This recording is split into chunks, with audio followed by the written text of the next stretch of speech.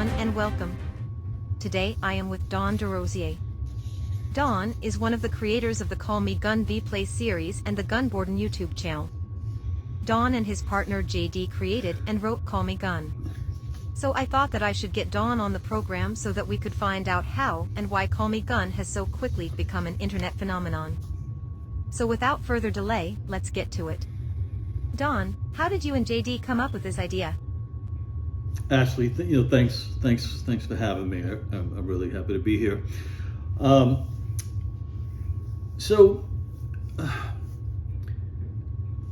and I wrote a screenplay.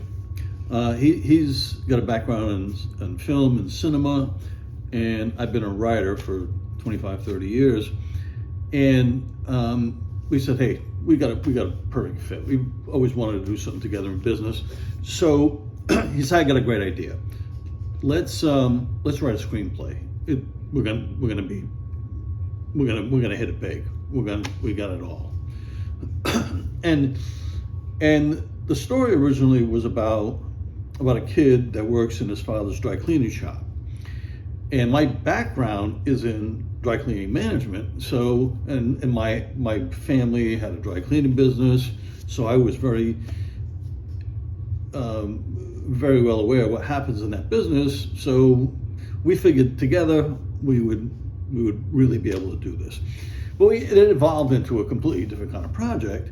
But anyway, we wrote a story that we really felt was terrific. I'm a writer, JD's a perfectionist, and we wrote a perfect script. And it's so difficult to break into Hollywood.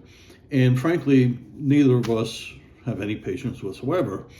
So this whole project is a product of our impatience with Hollywood. We want somebody to read this, say, this is great, we believe in Call Me Gun and Gun Borden as much as you two do. We're doing it. Yet that guy hasn't called us yet. So we were dying to tell our story because we know it's a great story, a really great story. And we wanted to tell a story. So how are we going to do that? And this is what we came up with. What do you think about people comparing Call Me Gun to the Muppets? Some are saying that it's the Muppets for adults. Well, hey, people call me the Muppets. I don't think I heard that one. I'm flattered, to be honest. If somebody wants to call me Jim Henson, I could hardly accept a bigger compliment. But I know what they mean, right? In the Muppets, it's for kids, and someone, a human, a brain, is manipulating these objects that you see. And in Call Me Gun, I'm manipulating AI characters that you never see. I interact with them, I take things from them, I give things to them, I shake their hand, I talk to them, I have conversations with them, but they're not real. And it's kind of an unusual concept. Fascinating concept. Thank you. And we're very happy about that. So, in a way, it's not. I'm not playing with strings and moving puppets with my hand, but I am a puppeteer. So Muppets for adults, so be it. I accept it. It's a great compliment. What about the props that you use? Do they have any significance? The props all have some kind of significance. First of all, hats. So I have several Porsche hats. I'm a Porsche fanatic, and the car that I buy at Lisa's dealership is actually my car. I'm a Porsche fanatic. I've had 9 of them, I think, or something. And so I have Porsche hats. And in some episodes, it's on purpose. I'll be wearing one minute, and for no reason at all, be wearing a different hat a minute later, and then back again. And I did that consciously, completely consciously. Not like, oh man, it's an editing error. It's not an editing error. It's completely. It's there for a reason. Just for you to say, hey, wait a minute. It's changed his hat. We tried to do things that were just avant-garde, maybe. Yeah, whatever. Maybe that's what it was. So, so there's the Porsche hat. It's not easy to know this, but the star pin on my jacket is a Secret Service. I have a family member in the Secret Service, so that's a nod to him. The watch is a Rolex, and I have about, much to my wife's chagrin, about 40, 50 watches. And that's a preferred brand, but the reason it's that one is it's a Batman Rolex. The comic book references. Yes, we'll get to that.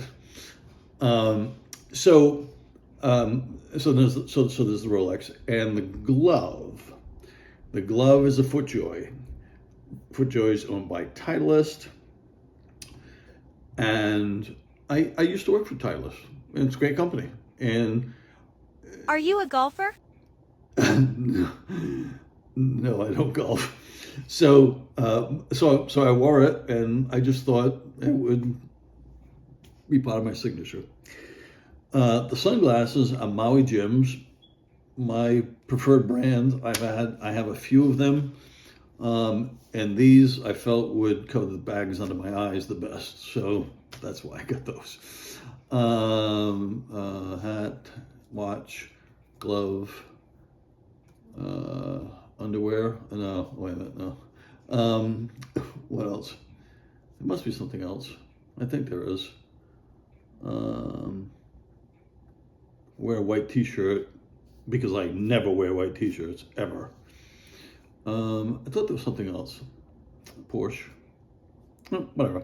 Anyway, okay. Here's a tough question. Who is Gun Borden? Who is Gun Borden? Well, that's a good question. Who is Gun Borden? Gun Borden is the YouTube detective, as he calls himself. And what you're watching is the most bizarre thing. I know exactly what I want to say. I'm just kind of like trying to build up to it. He's the YouTube detective. Moi. YouTube detective making YouTube videos about the YouTube detective that makes YouTube videos about the YouTube detective. Got that? That's who Gun Borden is. And, his crazy gig don't really work that well. And, well, let's see if things... I don't want to be a spoiler. Got to watch Call Me Gun. So... Comic book and superhero references. Oh, yes, the comic book thing. Okay, so that was a part of the evolution of the whole story. It originally had 3 names. It was called Clean It Joey, I think it was, then Tough Stains. Tough Stains was kind of a good chapter, and it was it was a dry cleaner, and tough stain on your clothes. But it became, that's when Victor came into the story, and he was just like a real tough nut to crack. That really was the nemesis. It was before Corvo was introduced as a character. And so Victor's in there, and that was a tough stain. But anyway, so Joey was in there. And at one point, we thought, these characters are really out there. They're so far off base. They're starting to sound like comic book characters. And we started to not even believe what we were writing. They just sounded so far out there. And then we said, wait a minute. Let's just throw a curveball. And just in case you want to believe that this whole thing is a comic book,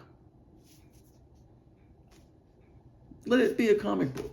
Maybe let you think, oh, did I just watch a comic book?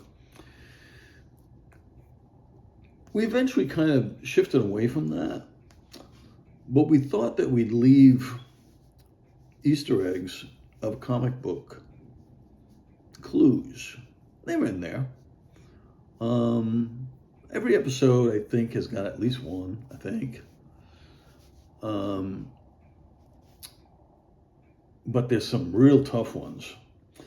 JD came up with one that's in the first handful of episodes, and it's really tough. I told him, I says, nobody's going to get that. Nobody's ever going to get that. He goes, somebody out there will get it. And, okay, it's a tough one. See if you can figure it out. So anyway, so the comic book references, that's about that. And, so that's a good question, obviously, a follow-up. So like I was saying, originally it was called Clean It Joey, and that was all JD. And he said, let it be like the anal retentive dry cleaner that doesn't want to touch anything dirty, and he's got all his chemicals lined up on a shelf by distributor and alphabetically, and I don't know what. It was crazy. And had a hard time in relationships. Actually, his girlfriend was Kathleen Mitchum. So if you've even watched the first episode, you know who that is.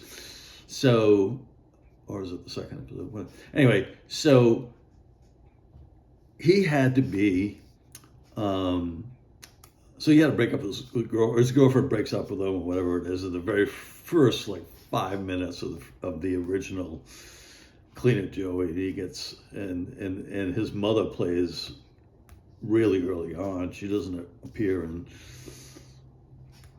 I can't tell you that. So anyway, it became that, and then I started to want to make Gun a little different than what JD's vision was. JD's was that he was like kind of I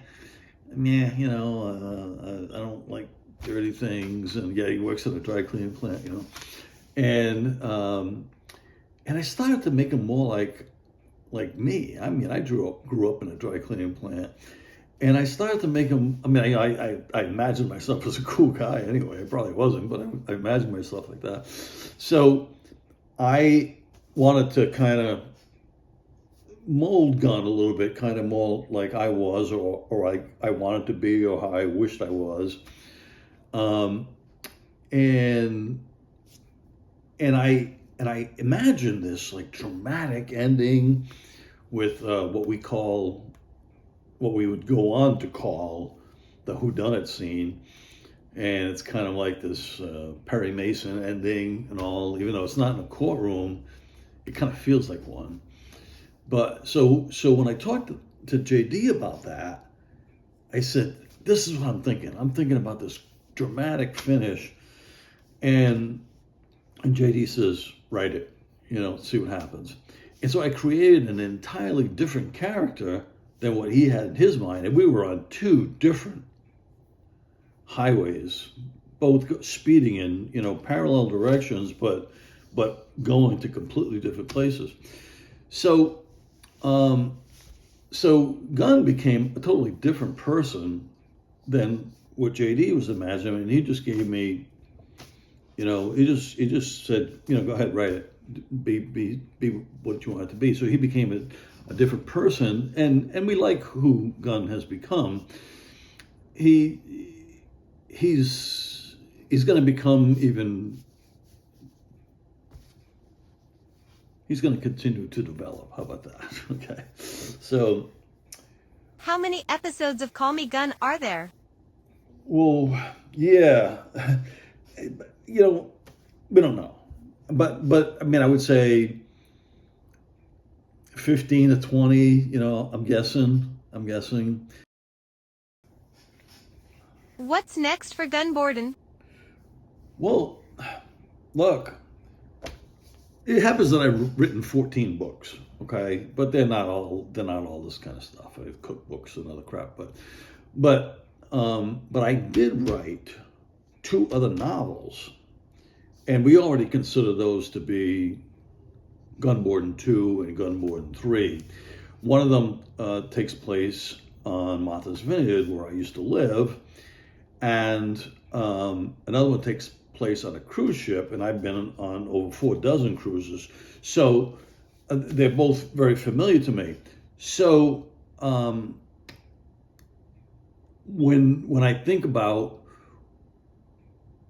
you know, how I wrote these novels before we had come up with Gun Borden, but I think about, well, no, Gun Borden's going to end up on that cruise ship, or he's going to be one of the characters that I had already portrayed as someone else. The same thing as this Murder on Martha's Vineyard that I wrote a couple of years ago. So that's where we see it, but we can expand it a lot more, because we like the idea of the V play, what we call, this video play, and we weren't really sure what to call it, because we didn't want it to sound dorky, but we figure V play is the best way to put it. It's not a cartoon, it's not a TV show. It's entertaining to watch, but you can also turn away and be doing something else while you're watching it without missing the whole story. You still kind of get what's going on. So, and we could also use it as a way to tell stories for other people. So we're wide open with this format, because we really feel like we're attracting a lot of people, and people are loving it. And we're happy about that, because that's what we wanted to do, is create a new medium. Nobody watches TV anymore.